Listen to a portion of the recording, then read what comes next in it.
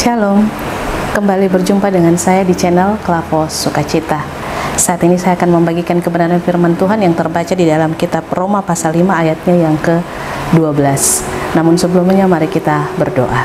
Kembali kami ada dalam persekutuan dengan firman-Mu untuk membaca, mendengar, merenungkannya.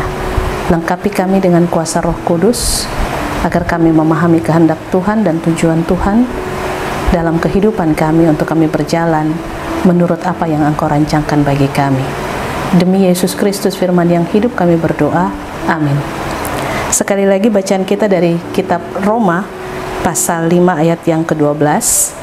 Sebab itu sama seperti dosa telah masuk ke dalam dunia oleh satu orang, dan oleh dosa itu juga maut, demikianlah maut itu telah menjalar kepada semua orang, karena semua orang telah berbuat dosa.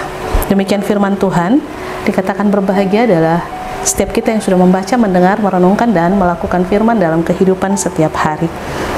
Dari bacaan kita yang terambil dari Roma pasal 5 ayat 12 ini, saya memberi tema Adam dan Kristus seperti pada perikop bacaan kita di hari ini. Pemirsa channel Klavos Sukacita yang diberkati Tuhan, kitab Roma adalah surat yang dikirimkan oleh Paulus kepada jemaat di Roma, sekalipun jemaat ini bertumbuh ataupun berdiri bukan karena karya Paulus atau penginjilan yang dilakukan oleh Paulus seperti Korintus dan kota-kota penginjilan Paulus yang lainnya, tetapi Paulus mendapati bahwa orang-orang di Roma, mereka bertumbuh dalam kekristenan kepada Kristus itu dengan sungguh-sungguh.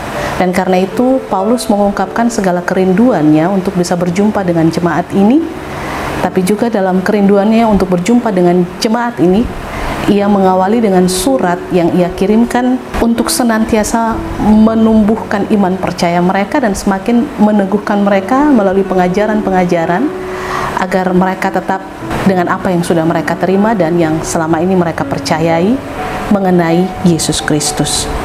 Dan di dalamnya Paulus menyampaikan tentang Adam dan Kristus, di mana Paulus menyampaikan bahwa dosa masuk ke dalam dunia ini oleh satu orang, yaitu Adam, dan itulah yang menyebabkan dunia ini dipenuhi dengan dosa, oleh sebab roh yang Allah hembusi kepada Adam itu kemudian diambil oleh karena Adam tidak mendengar suara Tuhan tetapi lebih mendengar suara ular, yang pada akhirnya membuat dia mengikuti apa yang iblis itu kehendaki, dan akhirnya membuat ia jatuh ke dalam dosa, dan dunia pun kemudian dipenuhi dengan dosa.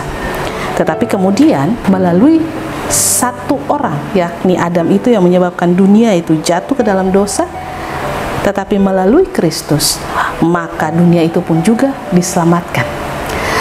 Sekalipun kita pernah jatuh dalam dosa karena perbuatan Adam yang pertama, kalau di dalam kitab Pertama Korintus kita dapati seperti ada tertulis, Pertama Korintus pasal 15 ayat 45, seperti ada tertulis, manusia pertama Adam menjadi makhluk yang hidup, tetapi Adam yang akhir menjadi roh yang menghidupkan. Di sini dari bacaan kita hari ini, Paulus menggambarkan dan menyampaikan kepada orang percaya di Roma tentang karya yang sudah dilakukan oleh Yesus Kristus melalui penebusannya, dan dia disebut sebagai Adam yang terakhir. Adam yang pertama datang dan menjadi makhluk hidup, tetapi Adam yang terakhir lalu kemudian memberikan roh yang menghidupkan, yaitu Yesus Kristus. Oleh sebab itu ketika Adam yang terakhir yang tadi saya baca di dalam Pertama Korintus pasalnya yang ke-45 itu memberikan kehidupan kepada setiap umat manusia, sehingga yang tadinya manusia hanya hidup menurut pikirannya saja, oleh karena manusia sudah jatuh ke dalam dosa, tetapi melalui Kristus maka dia disebut sebagai Adam yang terakhir, itu memberikan kepada kita roh yang kemudian menghidupkan kita untuk mengerti dan memahami apa yang menjadi kehendak Allah bagi kita dalam menapaki hari-hari kehidupan kita. Dan oleh sebab itu kita diingatkan melalui kebenaran firman Tuhan, di mana Paulus menyampaikan kepada jemaat di Roma dan kepada kita hari ini bahwa waktu itu dosa masuk ke dalam dunia oleh karena satu orang, tetapi oleh Kristus dosa itu sudah diselesaikan melalui kematiannya di kayu salib. Kebangkitannya memberikan kepada kita hidup yang baru. Rohnya sudah diberikan bagi kita, dan karena itu dengan roh yang baru yang dari Kristus, kita sudah tidak lagi ada di bawah hukum dosa atau tidak lagi berada di bawah maut, tetapi kita sudah ada di dalam Kristus. Kita sudah diberikan kekuatan, diberikan kesegaran, diberikan keselamatan, anugerah dan berkatnya itu pada kita. Dan oleh sebab itu kita diingatkan untuk menggunakan, melakukan, menjalankan hidup yang adalah anugerah Tuhan ini menurut apa yang Tuhan kehendaki. Sebab roh kita sudah baru, hidup kita baru, dan pikiran kita pun juga harus ditransformasi supaya selaras dengan roh kita yang baru, pikiran kita yang baru, dengan cara selalu mendengar firman Tuhan. Tuhan memberkati kita, amin. Mari kita berdoa. Terima kasih Tuhan Yesus untuk kebenaran firman-Mu di hari ini. Kami percaya bahwa kami sudah dibaharui oleh kuasa kebangkitan-Mu. Hidup kami bukan lagi hidup dari kedagingan, tetapi hidup kami karena roh-Mu.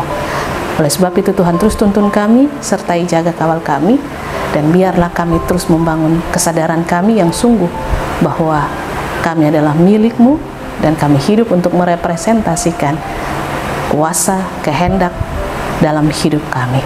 Terima kasih ya Tuhan Yesus Kristus, terpujilah nama-Mu kini dan selamanya, amin. Shalom, Tuhan berkati.